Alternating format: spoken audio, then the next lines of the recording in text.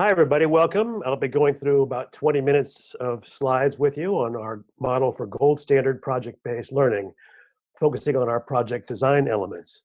The Buck Institute is a nonprofit organization based in Marin County, California. We do workshops and I write books and we design professional development materials for teachers. And we work with schools and districts also. And we've seen business booming lately. As you know, project-based learning is becoming a very popular topic. So we want to share with you our gold standard model to make sure project-based learning is done well. Because we think PBL is very important. These are just some of the basics of why PBL is a good idea, we think. I won't go over that in detail, but most of you know that. It engages students and makes those real-world connections for learning. Also improves retention of content and helps students gain those 21st century success skills, which I'll talk about a little more in a minute. And it helps enable the use of technology, which today's kids are into, as you know. We're a little concerned, though, that with PBL's popularity, there are some perils. So I wrote a blog about this, and I'll be talking especially about this middle bullet today. We want to avoid project-based learning light. That's why we developed the gold standard project design elements. We're also concerned about teacher preparation. That's why we do a lot of that. And we want to make sure that PBL is used for all students. It's not just for gifted students or CTE programs, but all students can do PBL and deserve PBL. All right, now this topic of PBL Lite, our grandfather of project-based learning, John Dewey, reminds us that not all experience-based learning or hands-on learning is actually educative, as Dewey would say. It needs to be high quality and rigorous, not just an experience or a hands-on activity. We call this the main course, not dessert concept. So I just want to start by reminding you that this gold standard model was developed to make sure project-based learning is the main course. It's the unit itself. It's not a fun activity you do at the end of a unit. We use the example of a California mission.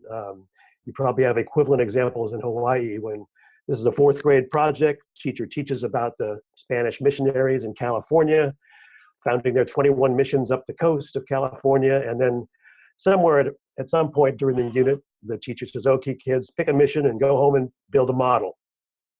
And so the kids build a model of the mission, bring it back in, and that's the project, quote unquote. But that really wasn't the way the content was taught. The content was taught traditionally. It's a fun activity. It's not a bad idea. It's not a bad assignment. It's just not project-based learning in the gold standard sense. So there are a lot of projects like this. If you go to Texas, kids are building a model of the Alamo. You might see these diorama projects. Here's one from science. This is also typical in social studies, and perhaps even in foreign language classes, where students are making a model of something. It's a good display. Kids have perhaps learned something about habitats from this, but it was still a side dish or dessert to the main unit. In high school mathematics, you might have kids do a web quest or a research project about a famous mathematician. Again, not a bad assignment, but it's not project-based learning as a main course. Or an English teacher would perhaps make a game board of the Odyssey. Or we had a lot of collages in my high school where English teachers assigned collages. And again, not a bad assignment, but this is not as rigorous as true project-based learning. We're seeing a lot of this these days too. Curriculum providers are jumping on the bandwagon and providing sets of activities they call project-based learning, but it's really not the main course of a unit. It's a bunch of fun activities on a certain theme or topic. Here's a slide I won't dwell on. You can look at it in more detail later. But there's a big difference between doing projects and project-based learning. Projects like the California mission example are done year after year. You're basically following directions, doing it individually at home. And it's not very authentic. Project-based learning, all that is not true. It's open-ended, different ways to do it. It's done with teacher guidance, much of it at school, often in teams, and it's very authentic. I'll be saying more about authenticity in a second. So what if instead of that mission project, just to build the mission, what if this was a document the teacher gave to the 4th grade class at the very beginning of the unit? Dear keepers of the missions of Alta California, the church is eager to establish another mission, the 22nd, after we build the one now being planned for Sonoma. Please tell us exactly where you think the mission should be located and what it should look like. When you present your ideas, explain how the mission will help meet our urgent goals for this part of the world. With gratitude, Archbishop Fonte, Mexico City, 10th of June, 1818. So it's a fictitious piece of correspondence, obviously, but students are put into a scenario where they have to plan the next mission. And they might need to create a model or plans for the mission, a visual aid to present to the Archbishop. He's coming in 3 weeks to hear the presentations, kids. So what do you need to know? That's the question the teacher would ask the students. And you generate a list of questions that launches the inquiry process that is the heart of project-based learning, student questions. As you can tell, they would need to know a lot of the content about the Spanish, the Indians, the missionaries, geography, and so forth to be able to do the task they've been given by the Archbishop. So that's an example of a main course project that actually becomes the unit itself. And as you can tell, it's rigorous, it requires critical thinking, creativity. Students are going to work in teams for this particular project, so it hits a lot of those 21st century success skills. All right, so to guard against these dessert projects, or PBL Light, the Buck Institute has developed a model for gold standard project-based learning. And this is the diagram we use, kind of like the lens of a camera, where it's focused in the center on the student learning goal, the key knowledge, understanding, success skills. So knowledge and understanding often come from your standards. Success skills, I'll say more about in a second, but those are also called 21st century skills or interdisciplinary skills. And I'll say more about each of these 7 elements that every good project should have.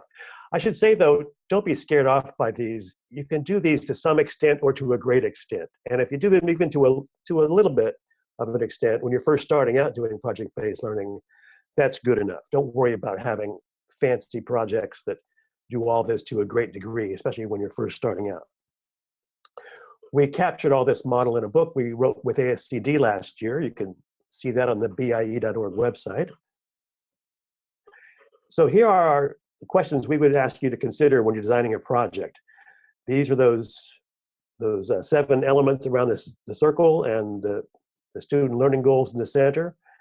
And I'll say more about each of these now, but use these questions as kind of a checklist for yourself. We actually have a checklist like this with a little more explanation. You can find that on our website. Okay, the key knowledge, understanding, success skills. We have this image of the railroad track being zippered together because they can be taught and should be taught together. You can't teach critical thinking separately from content. You can't teach kids how to solve a problem by itself. It has to be a problem about something. They need to think critically about something, the history, the language, the science, the math, whatever. So they really do go together. They aren't separate things. Here are some typical success skills, and we think every project has these to some degree. Creativity, innovation, not so much in some projects, but all projects have critical thinking and problem solving, collaboration, communication, and some self-management skills. These are the kind of skills that are valuable in 21st century workplace, valuable for citizens in a democracy, and just valuable for your life in general. So we have rubrics, by the way, on our website for how to assess those skills, K through 12, the 4 C's, especially those first 4. All right, the challenging problem or question, this first element, this is kind of what the project is about. It's what frames the whole project. And these can come from current events, they can be abstract, they can be concrete. So as you can see here, there's some questions that are suggested by these newspaper headlines.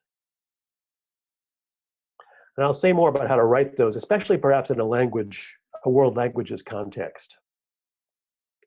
By the way, we use the word problem or question because some projects can actually be solving a problem, typically a real world problem, or they could be answering some sort of more philosophical or abstract question, sometimes called an essential question.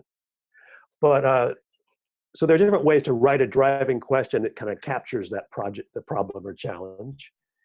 It could be a philosophical issue or an intriguing topic. It could specify a product that's going to be created or a task or a problem to solve.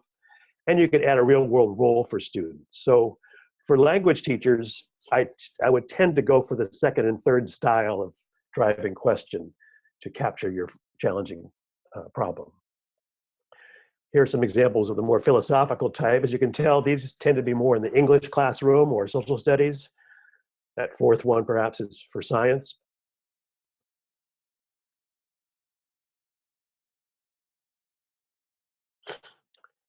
And here's the kind where you specify a product or a task or a problem. So these are the more concrete kind of driving questions, which might be more useful in a language course setting. And as you can see, all driving questions should be open-ended, which means there's more than one possible way to answer it. There's no single right answer. They should, to answer the question, it should be linked to the content you want students to learn. In order to, for example, design a new park, students are going to have to know about some mathematics, some science, to answer that question. And that's tied to your content standards and your goals for the project. And finally, it should be engaging for students. It should be a student-friendly question that really frames the project for them. They can tell you why they're doing the project right away by saying the driving question. It really frames it for them. It's not a teacher-sounding or a textbook-sounding question. That's sometimes tricky to write. All right. Now, I want to talk about sustained inquiry because a lot of people think, oh, inquiry means research, right? But it doesn't just mean that. It could mean traditional research, but it's also perhaps inquiring into the needs of a user of a product for the project. For example, you're creating a new filter for water drainage. And so who uses this filter? What kind of requirements do they have? What's the best solution for their problem? Or the audience for a publication, or the audience for a presentation. What do they need? What do they want? And that's a kind of inquiry too. Oh, it's a typo there. It should say use or do something, excuse me. Sustained inquiry also means it's over time and in depth. It's not just a one-day experience. This makes the point that projects should last at least a week. Typically, they're more like 2 or 3 weeks, or even could be even more, but 2 or 3 is a good average to shoot for. And the inquiry process is driven by students' questions, like I mentioned. You generate a list of questions at the beginning, and return to it in the middle and throughout the project. As students learn more, their questions get deeper, and so inquiry becomes an iterative process that gets deeper and deeper, kind of a spiral, getting deeper into the content. Authenticity, how real world is the project? And it should have a real world context. Now, it could be a simulation. You could, for example, the 20-second mission example. Students aren't really building a mission, but they're pretending they're the keepers of the missions of Alta California. And that's somewhat authentic, but fully authentic means it's really actually in the real world. So kids are actually doing something for a real world purpose. They might use real world tools and tasks also. That's another kind of authenticity. They're using the tools that professionals use, the kinds of processes that a professional or an adult might use to do that same kind of project in the real world. A project that makes a real impact on the world, that's obviously the most powerful kind of project, at least most of the time, where kids are really making a difference either for themselves, their peers, their school, their community, or the wider world. And it can be authentic in terms of the students' own lives, their cultures, their identities, their interests. So a lot of student projects spring from that. Student voice and choice. It's important to give kids a degree of independence in project-based learning. Younger students or students who are not familiar with project-based learning, you might not give them as many choices. You might limit the number of products they're allowed to choose from, perhaps. The teacher might design the project in advance more than they would if students are more experienced. It can help actually develop the problems or the driving questions themselves. But the more input you can allow students to have, the more they buy into it, it becomes theirs, their hearts are in it, they're not just doing it as an assignment, but they really care about the project if you give them voice and choice. They can also have voice over and choice over the process they use. They can have provide input into the teams they're working in, although we recommend teachers actually place students in teams. You could use their input to help you, but don't let students totally self-select their teams. They can have input into the timing, the number of the task list, the division of labor in their team, a lot of process-oriented stuff they can have choice over, and what kind of product they want to create and how they want to create it. All right, reflection. It's important during a project to have students stop and reflect, both during and at the end of the project. And they can reflect on how they learn, what they're learning, how the project itself is going. Was it a good project design? You can look back on it at the end. Um, it's important. This is a way for students to internalize their learning and get deeper thinking going. You can have students write journals, have them reflect in their teams, have class discussions. Lots of ways to capture student reflection. It's a good way for the teacher also to see how things are going, is to have students stop and tell you what's going on during the course of the project. Critique and revision. This is what leads to high quality work products, which is important because if you're showing your work to a public audience, which is our next element, you want to make sure it's high quality. So the students will want to make sure it's high quality too. So critique and revision becomes a valuable part of the classroom culture. And we mean regular structured opportunities to provide it, critique protocols, feedback sessions, both self and peer, the teacher, and if you have outside experts or the audience for a product or the users of a product, get feedback on them along the way as well as at the end when they see the final piece of work. And make sure students learn how to give feedback diplomatically, can be a challenge for some students, and actually use the feedback to improve their products and their work. All right, the public product. This is the seventh of the elements. This is important because it really does increase the motivation. As you know, students presenting to their classmates or the teacher sometimes don't take it too seriously. They know what's good enough. They turn in work to the teacher. It doesn't mean very much to them. The quality suffers. But if they've got a public audience, someone from outside the classroom, it could be even students from another class, it could be the whole school. You could bring in an audience like even the school principal or other teachers or parents or other adults who could either play a role.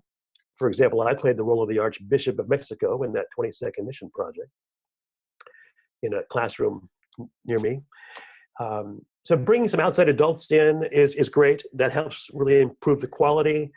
And even better, though, is if students can present, either online or in person to the outside world. So, go to the local library, go to the city council meeting, go to the community center, go online and present to some experts at a university.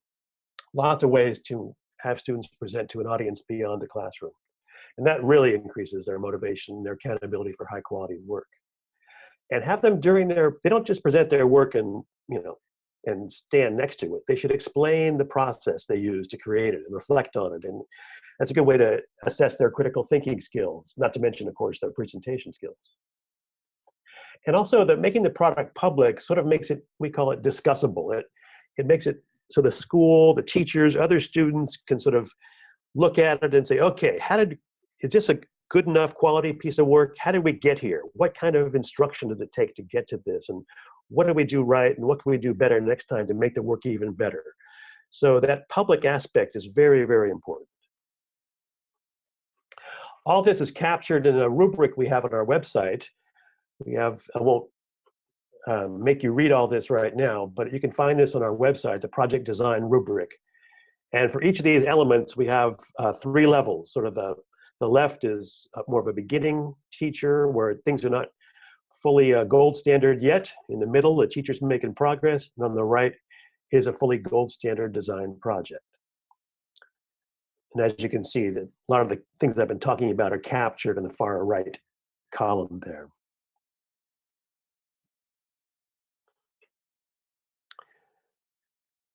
So you can check that out on our website at your leisure. Also check out that checklist I mentioned earlier of each of the gold standard elements. You can download that and use that to check your project designs and get feedback from people by using those tools, the rubric or the checklist. We really advocate getting feedback from colleagues, even from students perhaps, as you're designing a project. It's a great way to improve it. So along with those design elements, we have created a list of project-based teaching practices, and actually we're writing a book about that right now for ASCD. And there's more on our website you can see about the project-based teaching practices. There's some articles and lots of blogs about those practices you can find on our website. So I won't go into that in great detail today. But those two pieces are what make up our model for gold standard project-based learning. We emphasize the teaching because there's still a lot of teaching to be done in project-based learning. You don't just, wind up the project, then turn kids loose and see them in 3 weeks. There's still a lot of active teaching, a lot of traditional tools in terms of assessment tools, the things teachers always do, but now it's in a context of the project. So a lecture, an activity, a textbook, materials you have can all still be used in a project, but now they have a purpose because kids have activated that need to know. They need to know the content, which you can provide them using traditional means if you wish, but it's got a different power because it's in the context of an engaging project. You can find us on social media, and I'd welcome your staying in touch with me through Twitter. There's my Twitter handle and my email down there at the bottom. So that was a quick run through, and now I'm ready for questions. So Stephen, what do you got? All right. Hi, John. That was great. A real effective encapsulation of gold standard project-based learning.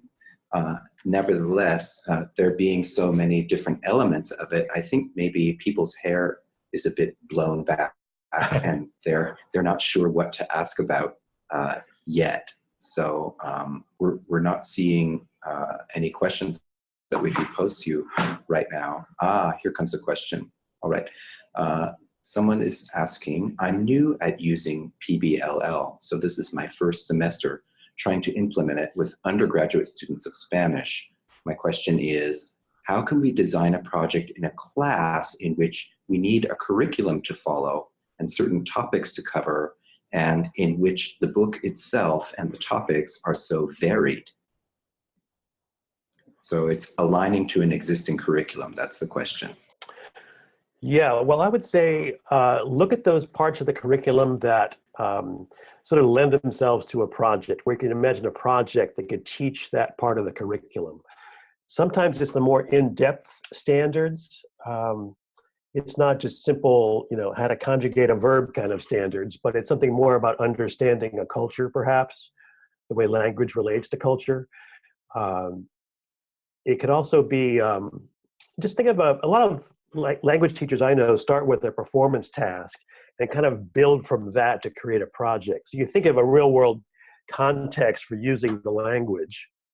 For example, you're planning a trip, or you're designing materials for a student from another country, to tell them about our culture in America, an exchange student perhaps. So you think of real world applications where you would use the language to do that kind of a task. And right. Typically, if you find the parts of your curriculum that kind of jump out at you and say, oh yeah, I can imagine a real world situation where that's needed. That's great. There are two aspects of that I would like to follow up with. One of them would be a follow-up question: how can we build a culture of PBLL or PBL, I should say, in a classroom where it hasn't been practiced previously? And second follow-up question is, let's say that we are in a school where there is a structured curriculum in place. Is it a better strategy to try to carry one project throughout the semester along with the structured curriculum that's in place? Or is it a better idea to block out some time in the semester to focus on PBL and put the other curriculum aside at that moment? Okay, those are two really good questions. Let's see, so how do you for students who have not done project-based learning before, how do you build the culture?